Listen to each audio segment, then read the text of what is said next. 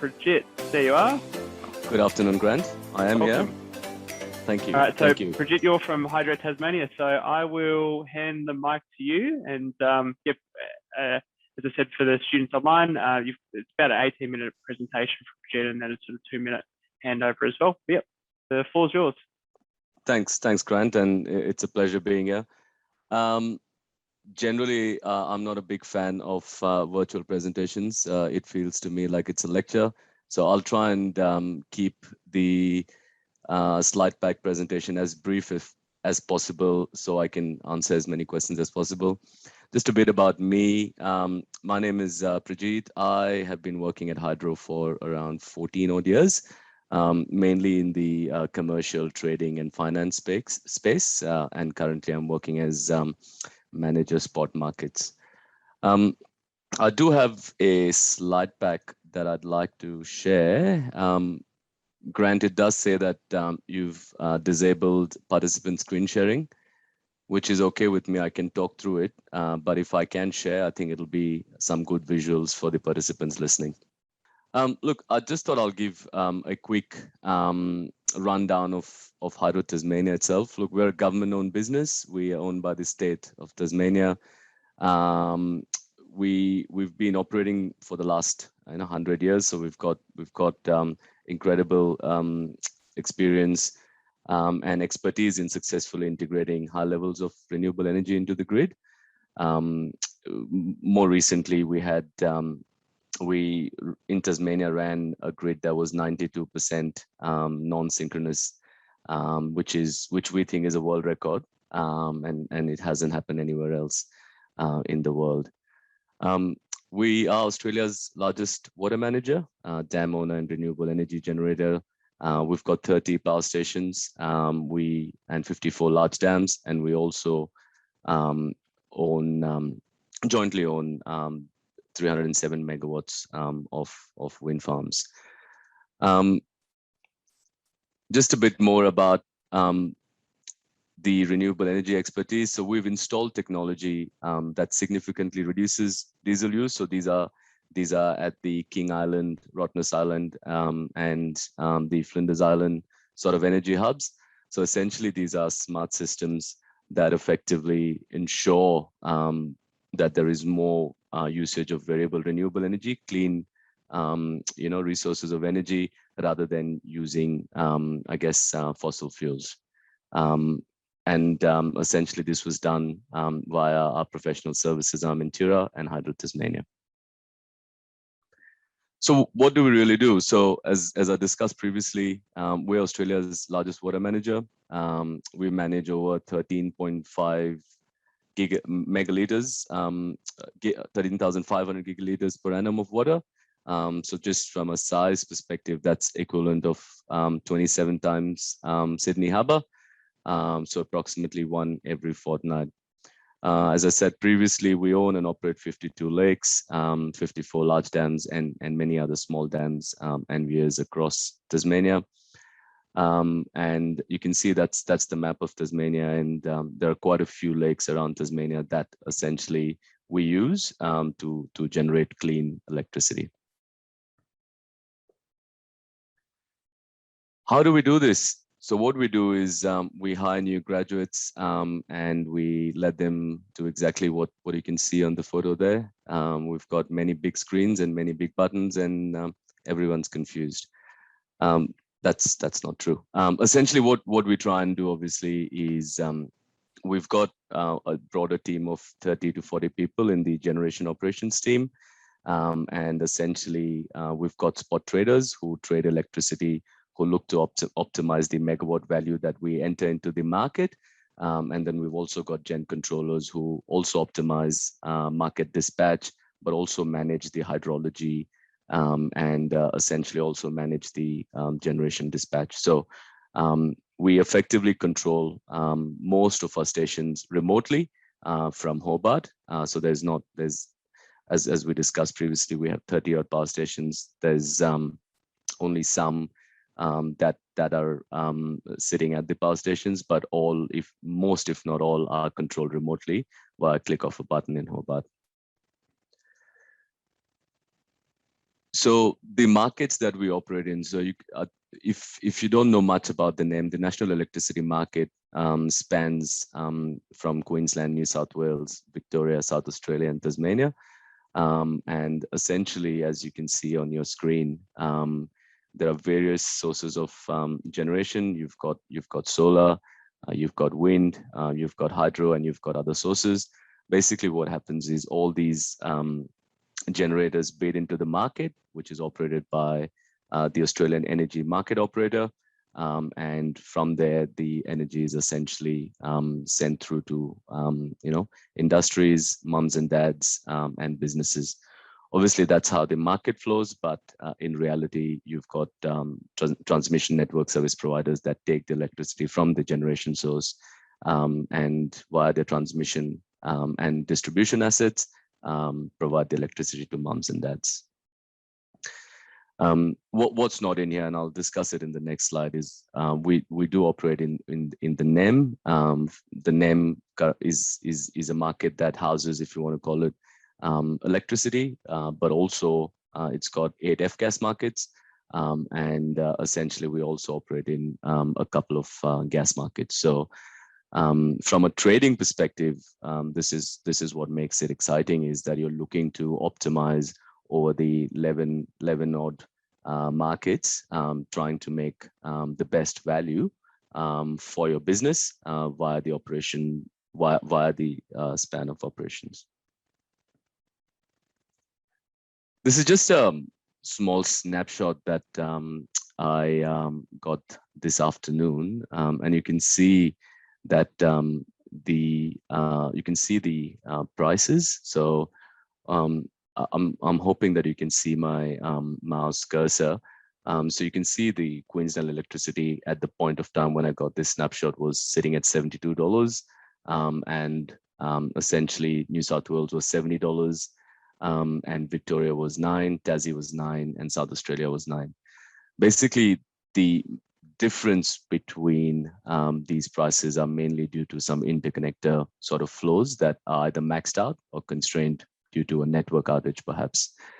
So as I said previously, these price changes could change every 5 minutes. And when you get home, or your mom is cooking for you, or dad's cooking for you, and turns the kettle on, everyone does it at the same time. The demand goes up, and obviously all the generators have provided supply into the market, and obviously where supply meets demand is where your price is.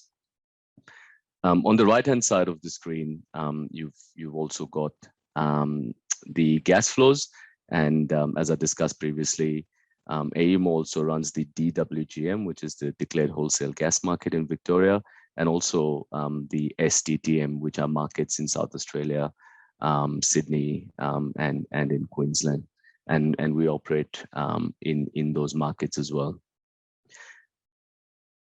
So the reason why I'm taking you through this is essentially we do all this in real time. So as I said, every 5 minutes for the electricity markets and F-gas markets, and we have, as I said, 30 odd power stations. So it's complex, and what you're seeing in front of you is some beautiful art, but really what it is it's a bid stack on a certain day in October.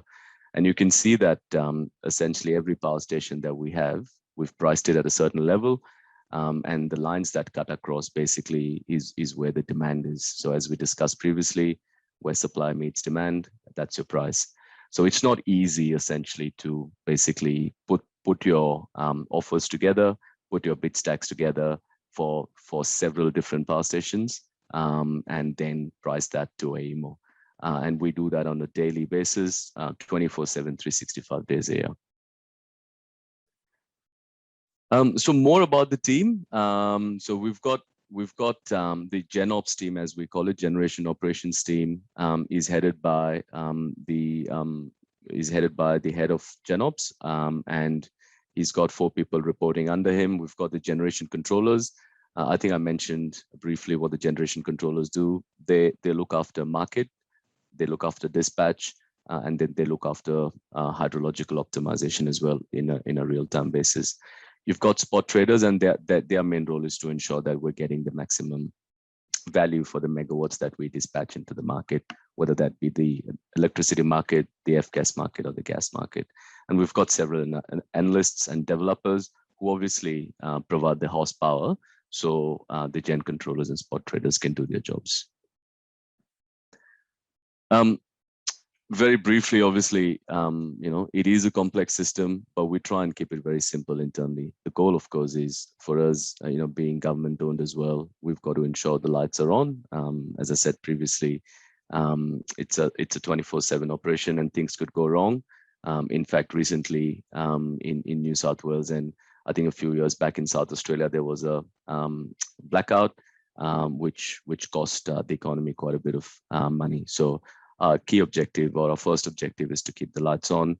Obviously, we want to make money out of the generation that we send to the market, and we want to do it the right way. We want to do it in the sustainable way. We want to do it in a clean way.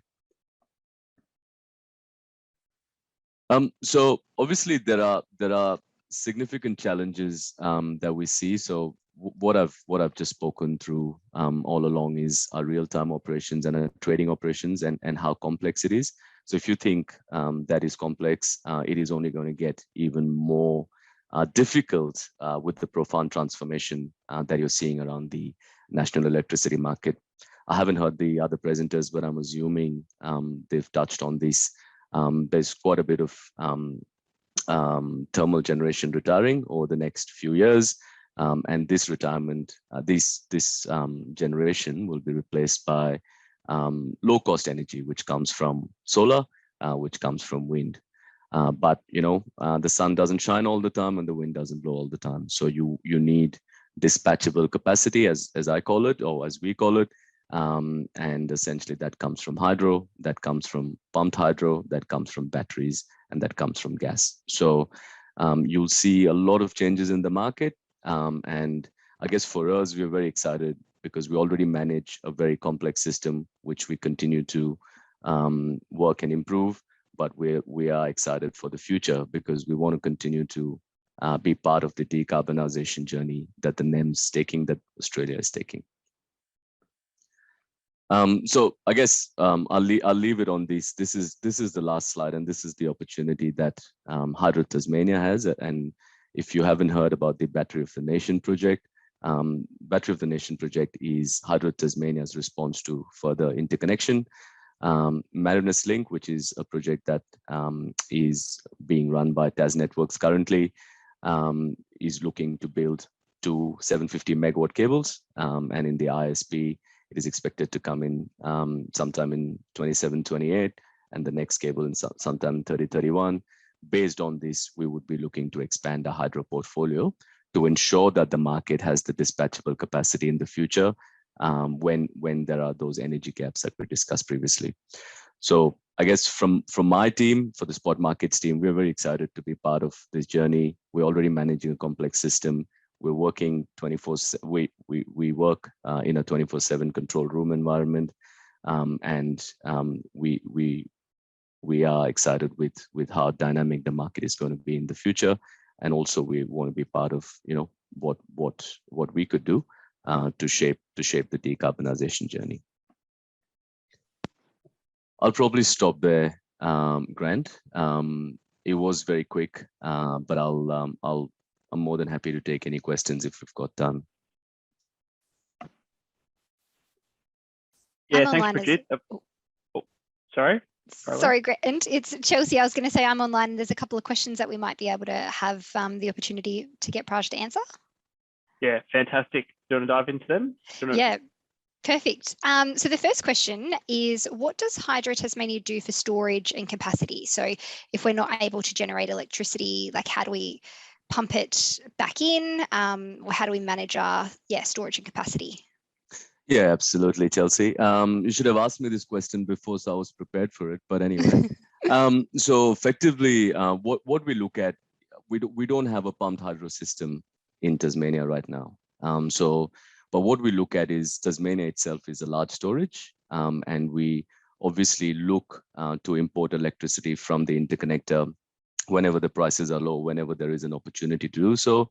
So we can build up our major storages like the Gordon, like the Pertina, and like a couple of other storages, so that we can run those storages when the market needs it the most.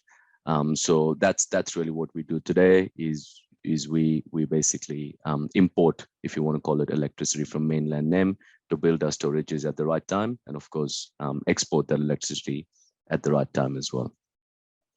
And in the future, as I've discussed previously, Chelsea, we are looking to build a pumped hydro, which will work in a similar way, but it will work in Tasmania itself, where you'll have, if you want to call it, a storage downstream and a storage upstream, and it'll pump electricity based on where the market needs are and where the market prices are.